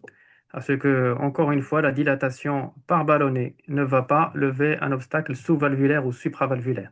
Donc là, effectivement, il n'y avait aucune autre alternative possible si ce n'est la chirurgie. Voilà, si vous avez des questions, n'hésitez pas, hein. Vous pouvez poser des questions au fur et à mesure. On essaiera de répondre. Il n'y a pas de questions, Reda? Si alors on a une question, alors y a-t-il indication de l'angioscanner systématique après le diagnostic de la sténose pulmonaire? Non, il y a aucune indication. Ce sont dans les situations où vous avez des sténoses périphériques. Vous avez un doute sur des sténoses périphériques, vous voulez évaluer, vous voulez mesurer les artères pulmonaires, les branches des artères pulmonaires. Là, vous êtes en mesure de demander un angioscanner ou un angio IRM. Mais pour le diagnostic habituel d'une sténose valvulaire pulmonaire, ou bien sous-valvulaire ou bien sus-valvulaire, il n'y a aucune indication à, à une évaluation par angioscanner. C'est ça. Alors, la prise en charge de la sténose pulmonaire dans le cadre de tétralogie de Fallot. Ben, la tétralogie de Fallot, c'est une cardiopathie. Donc, ce ce n'est pas qu'elle soit complexe, mais il y a plusieurs malformations. Et donc, ce n'est plus une sténose pulmonaire isolée. Donc, la réponse ici n'est pas et ne peut être que chirurgicale. Euh, Et donc, la chirurgie, elle ne se concentre pas que sur la sténose pulmonaire. Il y a la CIV à fermer, il y a l'infundibulum qu'il faudra faire une myomectomie. La sténose pulmonaire, c'est les valvulaire aussi, donc la commissurotomie. C'est les supravalvulaires, donc c'est un patch au niveau de l'artère pulmonaire. Donc, c'est toute une chirurgie. Alors pourquoi les sténoses pulmonaires syndromiques sont-elles difficiles à traiter? Bon, le plus souvent, les valves sont dysplasiques, l'anneau il est hypoplasique, le tronc de l'artère pulmonaire il est hypoplasique. Souvent, ils sont associés à d'autres malformations congénitales. Bon, c'est essentiellement pour ces raisons-là. Alors, je suis pris de court par les questions. Il y en a vraiment beaucoup, hein. C'est une bonne chose. On Euh, essaiera de choisir quelques-uns. Donc, oui. on essaiera de trier comme ça, on sera dans les temps. Alors, est-ce qu'on n'aurait pas pu intervenir par voie interventionnelle pour la valve et utiliser les bêta-bloquants d'abord pour la sténose infundibulaire? Euh, alors, il faut vraiment savoir quelque chose. On peut pas, ou c'est très rare ou exceptionnel, moi je ne l'ai pas vu, d'avoir une sténose infundibulaire isolée. Généralement, c'est associé au CIV. Quand il y a une sténose infundibulaire et dans ce cas-là associée à une sténose valvulaire, euh, on, si on va pour le cathétérisme, donc on va dilater la valve et après on va donner un bêta-bloquant, on va suivre le patient, voir la sténose infundibulaire, comment il va évoluer, parce que généralement elle est réactionnelle. Si on y va par Chez les chirurgie, réactionnels, le plus souvent, la sténose, elle est pas très serrée. La sténose infundibulaire n'est pas très serrée. C'est essentiellement la valvulaire qui est serrée. Et c'est donc là, ça. effectivement, on peut. Mais quand il s'agit, comme ce cas précis, vous l'avez vu, hein, le gradient de pression sur l'infundibulum, il est au-delà de 5 mètres par seconde, hein. Hmm. Là, c'est vraiment un bout du muscle, c'est un bout de steak qui est à l'origine de la sténose infundibulaire. Donc, il faut aller le chercher chirurgicalement Il plutôt. faut l'enlever chirurgicalement complètement. On passe au deuxième cas clinique Allez, associé. on va passer au deuxième cas clinique si vous le souhaitez. Alors, Othman, c'est un cas que je voulais vous montrer parce qu'il est intéressant. Donc, il comprend un piège diagnostique. Et je ne voudrais pas que vous tombiez un petit peu dans le même piège que moi. Voilà. Donc, 20 ans, et une notion de dilatation pulmonaire à l'âge d'1 an. Donc, il a été dilaté il y a très longtemps. Aucun compte rendu du résultat post-opératoire. Donc, on ne peut pas savoir s'il y avait un bon résultat ou pas en post-opératoire. Pour dire qu'il y a un bon résultat ou pas, il faut avoir une échographie post-op immédiate. Alors, très peu symptomatique actuellement. Il travaille même dur. Il a une tâche de travail qui est vraiment dure. Il sature correctement. Il a de l'hypertrophie ventriculaire droite à l'ECG. Et encore une fois, comme tout à l'heure, il y a de l'hypertrophie ventriculaire droite. Le VG, il est correct. Et là, je voulais vous montrer cette image qu'on a vue tout à l'heure dans le cours, mais je voudrais insister. Donc là, on suspecte une sténose. Je vous dis comment je l'ai vécu, hein, comment je l'ai vécu. Je me suis dit, il y a une sténose de la valve. Est-ce que c'est la valve qui s'ouvre en dôme ou est-ce qu'il y a une sténose susvalvulaire associée? Donc j'avance et puis j'essaie de mettre le ciné-loop. D'accord? J'ai mis des séquences, j'ai mis le ciné-loop et j'ai ouvert ce tronc de l'artère pulmonaire. La valve, elle est là. Et puis en sous-valvulaire, je me suis dit, il n'y a pas grand-chose. Est-ce que c'est une image qui est construite que j'ai vue auparavant? Si elle était présente tout le temps, elle serait encore là. Et là, j'ai pas vu, j'ai fait disparaître un petit peu cette image. Je mesure l'anneau, il est à 17 millimètres. Je le remesure, il est à 18 millimètres. Je mets le Doppler, donc ça commence au niveau de ces feuillets valvulaires, de l'extrémité de ces feuillets valvulaires qui sont épaissis. Donc là, c'est la même image. Et je mets un Doppler, donc le gradient de pression est très extrêmement élevé sur la voie pulmonaire, 125 millimètres de mercure et 83 de gradient moyen. Et je me mets en sous-costal, pardon, en sous-valvulaire. Et vous voyez ici que le gradient, il est faible. Il n'est pas très, très important. Donc, au niveau infundibulaire, il n'y a rien du tout. Donc, je regarde les artères pulmonaires droites. Ici, elle est correcte, de bon calibre. Je regarde le ventricule droit qui épaissit. La fonction longitudinale, elle est correcte. Voilà, je conclus à une dilatation de sténose valvulaire pulmonaire en dôme avec un gradient moyen à 83, très serré, et un anneau qui est à 18. Voilà, je me dis, voilà, ça serait peut-être une bonne indication. Il n'y a pas de sténose infundibulaire très serrée. Il y a peut-être une indication à faire une dilatation. Donc, on fait rentrer en salle de cathétérisme, d'accord? On fait une angiographie, et voilà ce qu'on trouve. Pardon. Enlever. Donc ça c'est l'image du cathétérisme. Et encore une fois, donc on va passer peut-être qu'il y a une meilleure image. Regardez sur cette image. Regardez, on l'arrête. Vous avez l'anneau pulmonaire qui est là, au pied des feuillets, et vous avez une véritable sténose au niveau de la jonction sinotubulaire. C'est l'image que je vous ai montrée tout à l'heure. Et donc, bien entendu, on a fait marche arrière. Donc, il n'y a aucune indication à dilater cette sténose valvulaire et susvalvulaire. On risque parfois, donc pas toujours, on sait qu'on utilise des ballons qui sont assez souples, mais on est resté raisonnable. Donc, il n'y a aucune indication dans ce genre de situation à mettre un ballon. Et donc, là, c'est la même image. Et donc, ce qu'on a fait, on a opéré ce patient. Il a été opéré dernièrement, il y a un mois. On a ouvert longitudinalement l'artère pulmonaire, le chirurgien l'a fait. On a trouvé une hypoplasie de l'anneau, une valve pulmonaire qui était légèrement dysplasique. Et il a remplacé la valve pulmonaire par une valve biologique numéro 23. Il a élargi le tronc de l'artère pulmonaire par un patch péricardique hétérologue. Et le résultat, il est excellent. Donc, le patient, donc, il a un gradient de pression sur la voie pulmonaire qui a 36, un gradient max, hein, qui a 36, un excellent résultat par rapport à la prédilatation avec une fonction VD qui est restée tout à fait normale. Voilà ce que je voulais vous dire concernant ce cas. Voilà, l'erreur qu'il ne faut pas faire, c'est qu'il faut toujours avoir à l'esprit cette sténosus valvulaire parfois associée et qui siège au niveau de la jonction sinotubulaire. Est-ce que tu as déjà vu des cas pareils, Reda? Oui, alors c'est un cas vraiment très bien et très didactique, puisque la difficulté dans les sténoses pulmonaires, et moi je l'ai vécu avec les collègues, les cardiologues, c'est on ne sait pas est-ce que c'est valvulaire, supravalvulaire, comment ça va se passer. Alors on peut se tromper, hein, ce n'est pas une honte, on peut se tromper. Même moi au niveau du cathétérisme, des fois je ne suis pas sûr. Alors là, c'était vraiment C'était une très belle image. On voyait très très bien la sténose supravalvulaire. Des fois, c'est assez frustrant. On ne voit pas vraiment que la jonction est plus petite que l'anneau. Alors, comment on sait que la dilatation ne marche pas? C'est parce que nos prédécesseurs l'ont déjà testé et essayé. Les ballons, effectivement, sont très souples.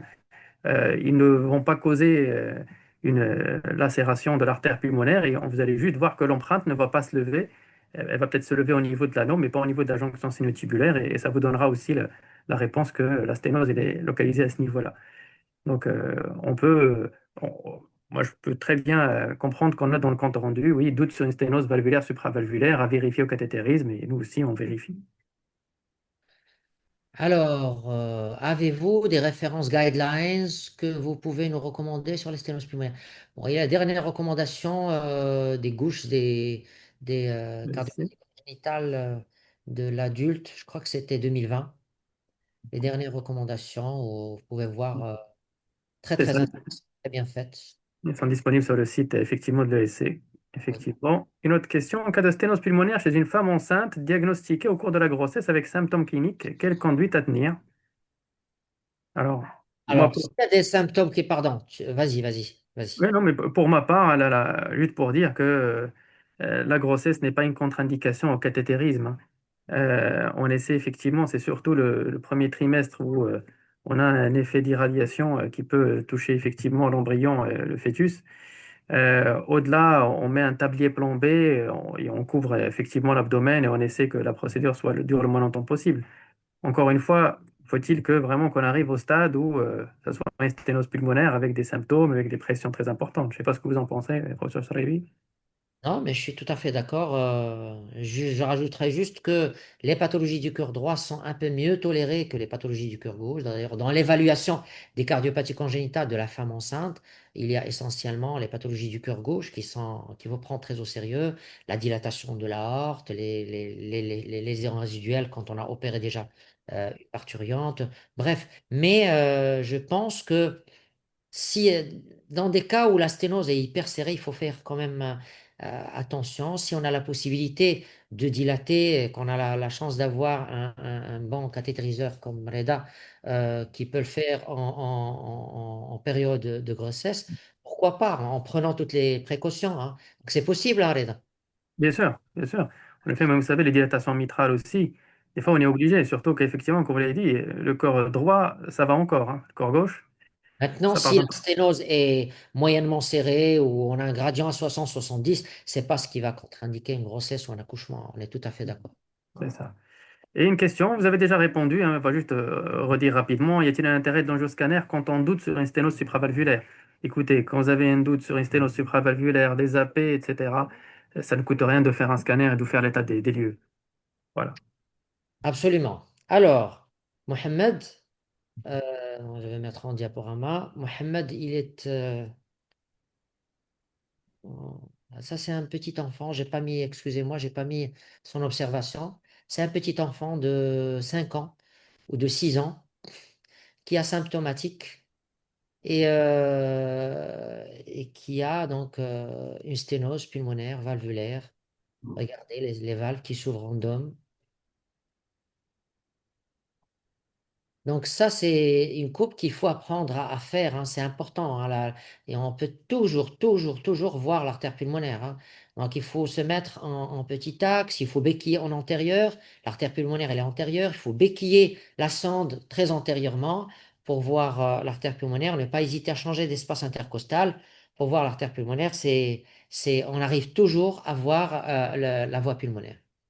Donc je vous montre des images comment on voit en réalité. Donc, parfois l'enfant qui bouge. Donc là, on mesure l'anneau, il est à 11 millimètres. Les valves qui s'ouvrent en dôme comme ça, regardez. Encore une fois, je remesure. Donc tout à l'heure, c'était 11, maintenant c'est 10 millimètres de mercure. Et les valves qui s'ouvrent comme ça en dôme.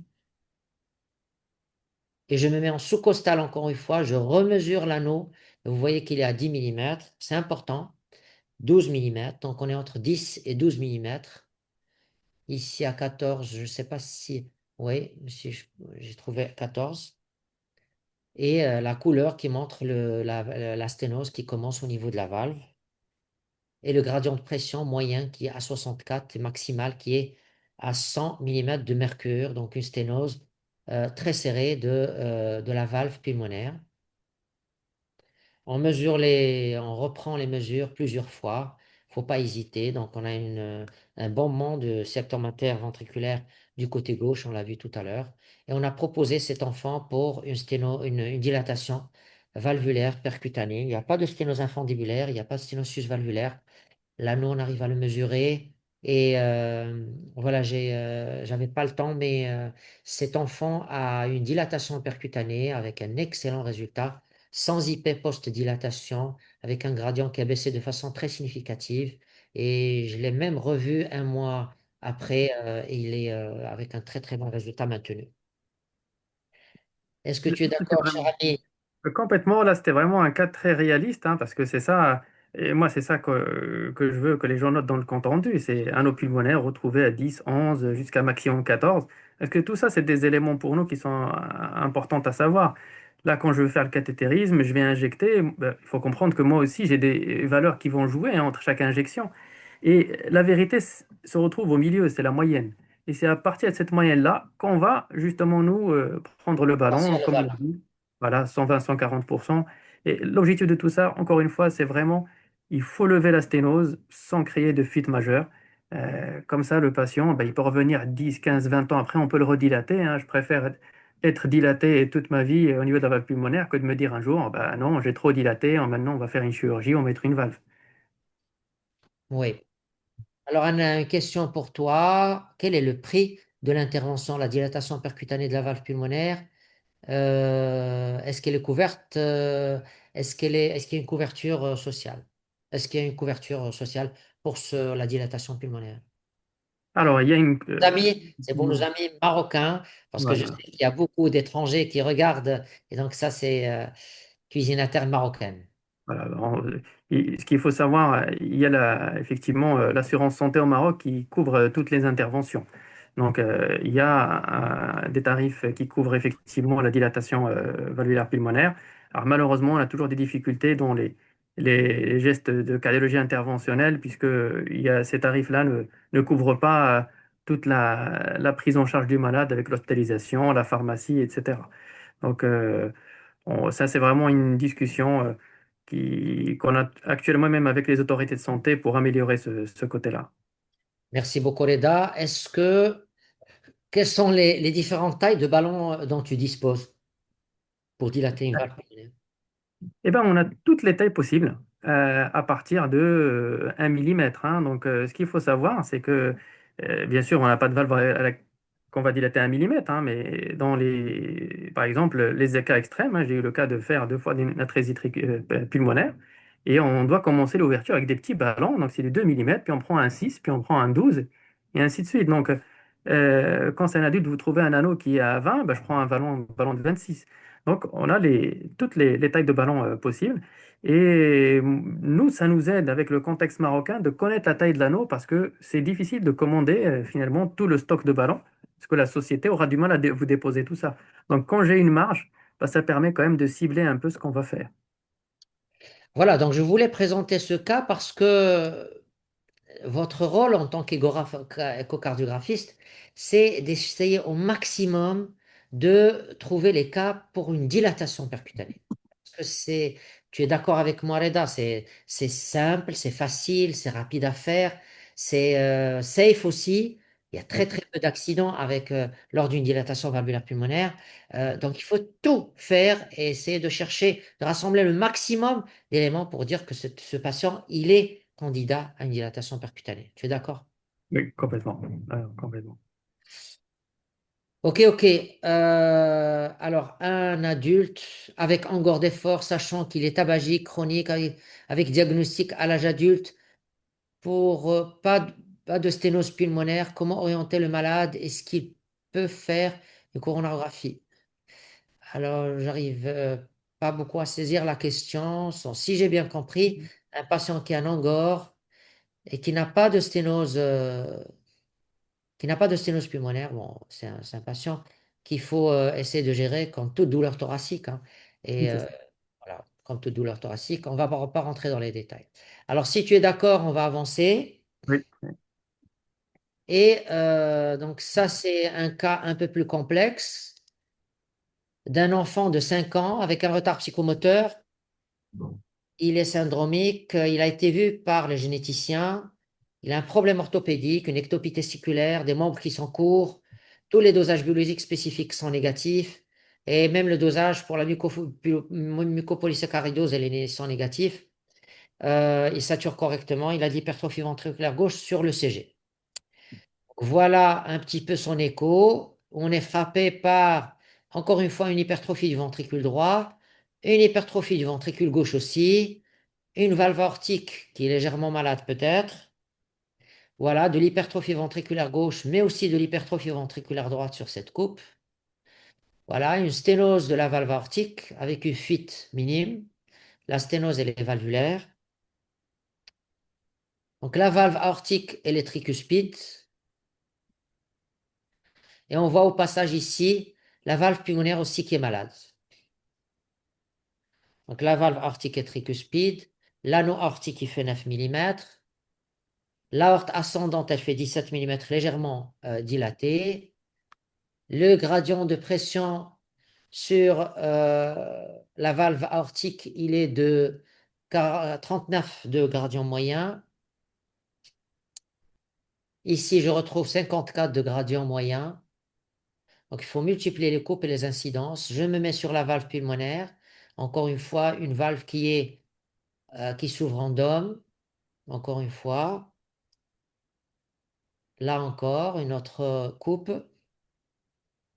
Et la sténose, elle est purement valvulaire. L'anneau pulmonaire, il fait 8 mm. Et le gradient de pression sur la valve pulmonaire, il est à 88 de max. Ça, je suis sur la valve pulmonaire. Alors, pas de CIA.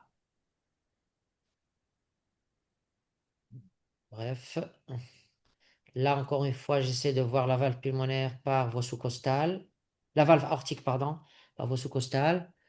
Donc, il y a un RM mais qui est peu serré. Donc, je conclus à une hypoplasie de l'anneau aortique qui mesure 9 mm, moins 1,3, moins 1,8 déviation standard, une aorte ascendante légèrement dilatée, sténose aortique serrée, fuite aortique minime, valve tricuspide normalement serrée mais légèrement hypoplasique, sans vis valvulaire très sévère, et la valve pulmonaire qui est très serrée, dysplasique, avec une hypoplasie de l'anneau, moins 3 déviations standard. Alors, là, on en a discuté en staff et tout. Il y a une double sténose. Donc, les choses qui sont significatives, c'est la sténose valvulaire aortique et la sténose valvulaire pulmonaire. Et donc, notre décision, c'était de faire une CEC et de faire une commissurotomie aortique à ciel ouvert et aussi une commissurotomie valvulaire pulmonaire à ciel ouvert aussi. Est-ce que nos amis dans l'auditoire, est-ce qu'ils sont d'accord ou est-ce qu'ils sont un peu moins d'accord?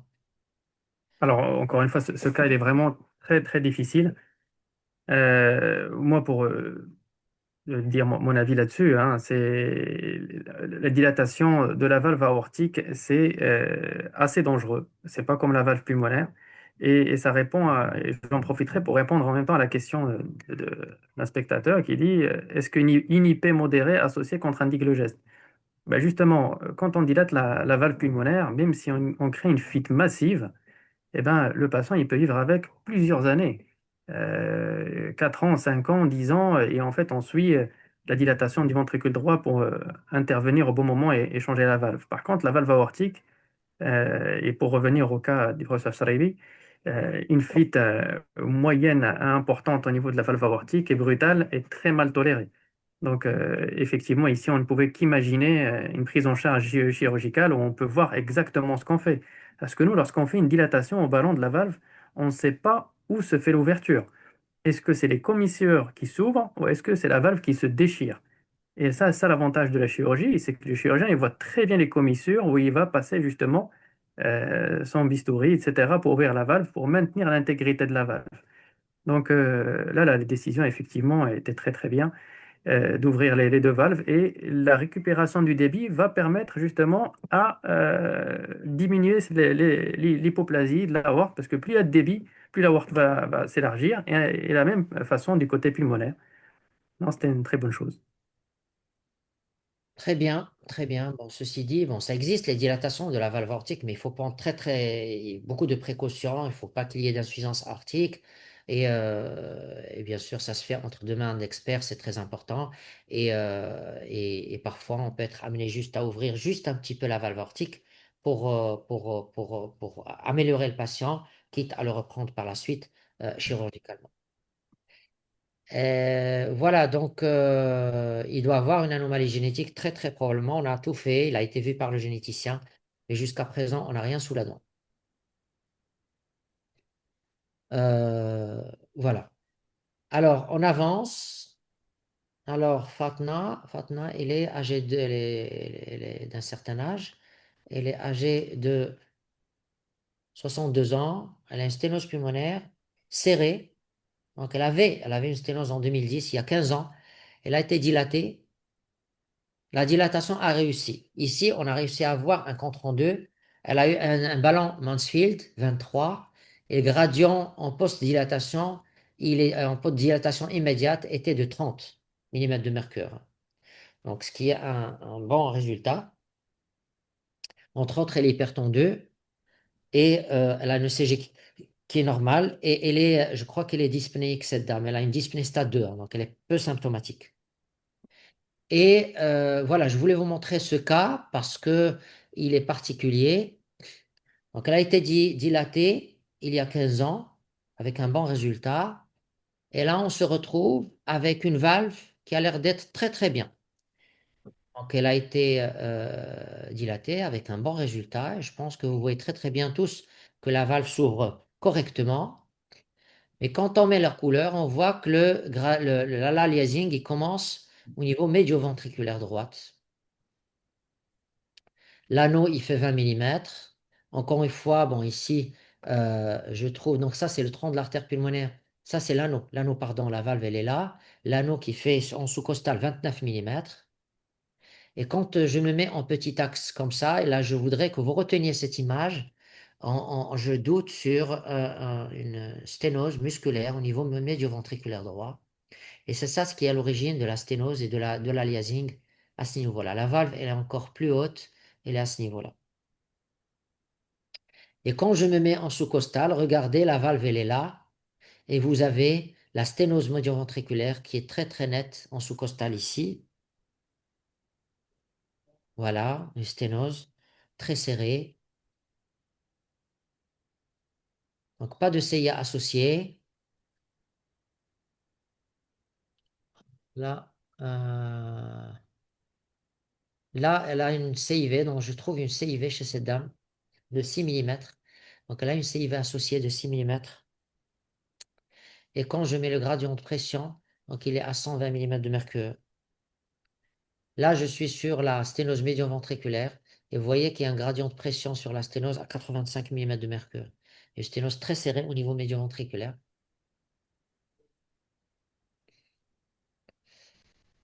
Voilà, je passe sur le reste. Une valve mitrale qui est un petit peu épaissie, mais sans gros vis valvulaire.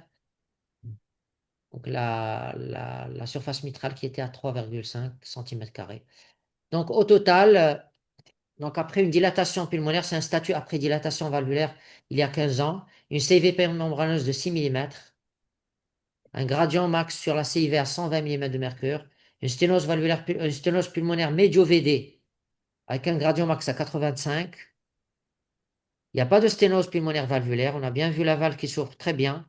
Un excellent résultat de la dilatation percutanée. L'anneau pulmonaire qui mesure 29 millimètres. Et bon, maladie mitrale qui n'est pas très importante. Bref. Et la fuite aortique, donc ça, c'est probablement rhumatismal. Donc la décision, bien entendu, c'est on est devant une sténose musculaire médio-ventriculaire droite. Et donc elle aussi, je viens de la voir il n'y a pas très longtemps. Donc elle est proposée pour une fermeture de la CIV, une résection de la sténose pulmonaire médio-VD. Donc là, encore une fois, c'est pas de bonnes indications à la dilatation valvulaire percutanée. À la dilatation percutanée, donc c'est des patients qu'il va falloir opérer pour réséquer cette bande musculaire qui sépare le ventricule droit en deux chambres et qui est à l'origine d'un obstacle à l'éjection du ventricule droit. C'est un très beau cas, encore une fois, pour ne pas se focaliser que sur un seul problème, hein. Quand on trouve par exemple une CIA, etc., il faut toujours faire le tour de la pathologie. Une sténose pulmonaire, il faut toujours faire le tour du cœur. Et aussi, moi, j'ai appris ça dans ce métier, hein. Il y a aucune honte à dire à un confrère, une consoeur, de recontrôler l'échographie cardiaque, surtout dans les cas de fatigue congénitale où vraiment il y a jamais un malade ne fait l'autre, hein. Euh, Ouais. donc, c'est vraiment un cas réaliste qui est vraiment très très bien et qui nous informe sur notre pratique. Une question, professeur Shraïbi, en cas de sténose pulmonaire chez un patient présentant une douleur thoracique, est-ce que les symptômes d'IDM diffèrent et quelles complications possibles? Euh, Là, c'est un peu difficile de répondre à cette question, mais je pense, à mon avis, il est très facile de faire la part des choses. Donc, on a une sténose pulmonaire qui est très serrée, il faut l'ouvrir, et puis on verra que le patient. Alors, le plus souvent, ce sont des patients qui sont jeunes, qui n'ont pas beaucoup de facteurs de risque, d'accord? Et le fait d'ouvrir la sténose pulmonaire va faire disparaître complètement les symptômes, tous les symptômes, que ce soit la dyspnée, la syncope, etc., etc. Maintenant, si la douleur persiste, à ce moment-là, bien entendu, il faut chercher autre chose, entre autres une maladie coronaire, mais et c'est des cas qui sont exceptionnels, quoi, c'est exceptionnel. c'est ça. Est-ce qu'une sténose pulmonaire associée à une CIV large oriente plutôt à une chirurgie pour les traiter les deux plutôt que par voie interventionnelle? Ouais, cela paraît logique. Déjà, de base, hein, une CIV isolée large, elle ne relève pas de l'interventionnel.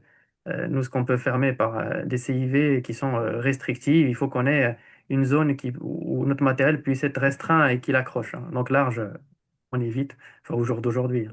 Donc la chirurgie, effectivement, dès qu'on a des cardiopathies associées complexes, il faut aller vers la chirurgie. Très bien, donc il nous reste, on est dans les temps, il nous reste 3 minutes et on va présenter un dernier cas, 3 ans, avec de l'hypertrophie ventriculaire droite, comme à l'accoutumée. Et là, regardez, on a une sténosendome avec une valve, avec un anneau qui est à 20 millimètres ici. Pardon, je vais me mettre en diaporama. Donc un anneau à 20 et une sténose qui est très serrée, valvulaire. En sous-valvulaire, il n'y a pas grand-chose. Elle est valvulaire à 88 millimètres de mercure. Encore une fois, ce septum qui bombe un petit peu du côté gauche, qui témoigne de l'hyperpression des cavités droites. Et je me mets en sous-costal et là, je vais ralentir un petit peu la cadence pour vous montrer qu'il y a une CIA. Donc là, on est dans la vraie vie et c'est pas toujours facile, hein. Vous voyez ici, donc j'ai pas le curseur, je peux pas lâcher le curseur, mais on a une CIA. Je pense qu'on va la voir dans une autre coupe. Et vous voyez ici le shunt à travers la CIA et un shunt gauche-droit. Attends, vais vous le montrer. Là.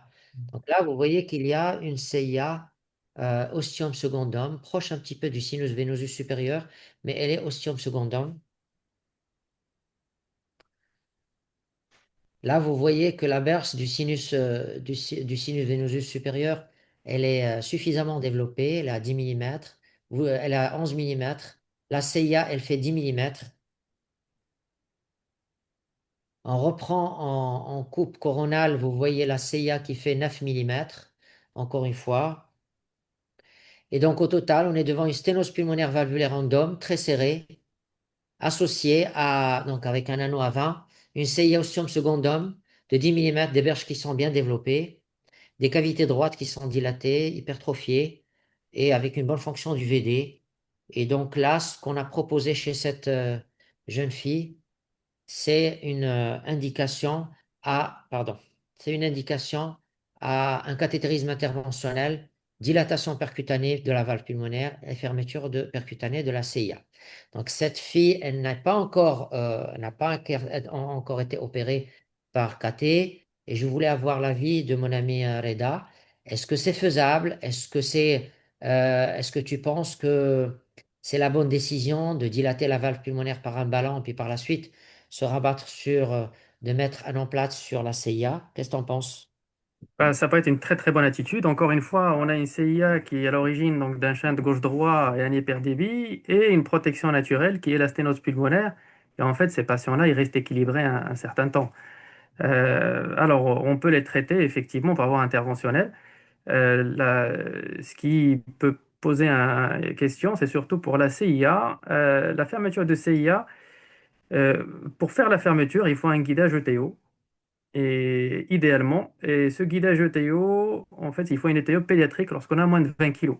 Donc, si on a ce matériel, c'est tout à fait possible, bien sûr en prenant en compte les mesures per procédure pour avoir des disques en fait, qui ne touchent pas les valves atrioventriculaires ou les voies de conduction.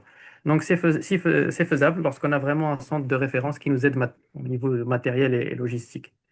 Et c'est une très bonne chose, hein. Dans l'idéal, c'est ce qu'il faut essayer de faire pour les enfants. Mais ça ne me choque pas, effectivement, que le chirurgien puisse intervenir. Et c'est une très bonne indication aussi où il peut faire les deux pathologies d'un coup. Absolument. Donc, bien sûr, cette attitude, on ne pourra la faire qu'au-delà de 15-20 kilos. Il ne faut pas s'aventurer à faire ce genre de choses chez des tout petits bébés, ça c'est clair. Alors, dans votre pratique, professeur Schreiber, est-ce que vous avez des cas de syndrome de Williams-Barre opérés pour sténose pulmonaire et sténose supra-aortique? Oui, oui, oui, on en a pas mal, on en a beaucoup. Et donc là, on fait ce qu'on appelle une intervention de Brome pour les sténoses supravalvulaires aortiques. Ça se fait, on l'a fait plusieurs fois et avec souvent de bons résultats. Il faut faire très attention au coronaire. Il faut, voilà, c'est des incisions longitudinales qu'on fait au niveau des sinus de Valsalva pour essayer d'élargir la jonction sinotubulaire où siège le plus souvent la sténose supravalvulaire aortique. C'est vrai que c'est pas le sujet d'aujourd'hui, mais on peut répondre quand même. On va répondre rapidement aux deux dernières questions. Sténose valvulaire pulmonaire plus canal artériel persistant, quelle conduite à tenir? Alors moi, au cathétérisme, c'est une grande chance d'avoir un canal artériel parce que c'est facile pour moi de passer à travers et d'avoir un bon support pour dilater la valve pulmonaire. Et sinon, si c'est pour la question fermée, pas fermée, bien sûr, en fait, tout dépend de l'âge, etc., de la présentation, mais on peut faire par cathétérisme, on peut faire par chirurgie sans problème. Et par quoi commencer, la CIA ou la sténose pulmonaire ou les deux en même temps? Alors, il n'y a vraiment pas de règle. J'avais déjà cherché cette question-là. En fait, c'est surtout une question comme le cas de professeur Sharibi, une question d'âge. Là, par exemple, l'enfant, il a 3 ans. Honnêtement, moi, ce que je ferais, c'est soit j'attendrai un petit peu, soit je dilaterai la valve pulmonaire, puis j'attendrai dès qu'il atteint effectivement 20 kilos pour faire la fermeture de la CIA avec une sonde de TO adulte. Absolument. Voilà, voilà, on arrive à la fin de ce cours. J'espère que ça a été à la hauteur de vos attentes. Je voudrais remercier infiniment Dr Reda Jakami, brillant cardiologue, cathétériseur, congénitaliste. Il fait de la cardiologie pédiatrique structurelle. Il fait aussi du structurel adulte. Vraiment, et puis je te remercie pour tous les commentaires que tu as fait, pour toutes les réponses aux questions. Sincèrement, c'était un plaisir d'être avec toi. Un honneur. Et voilà, je remercie toute l'assistance qui est restée nombreuse jusqu'à cette heure-ci. Je remercie Younes et je vous donne rendez-vous en mois de janvier pour un nouveau cours et à très bientôt. Merci beaucoup et à très bientôt. Au revoir.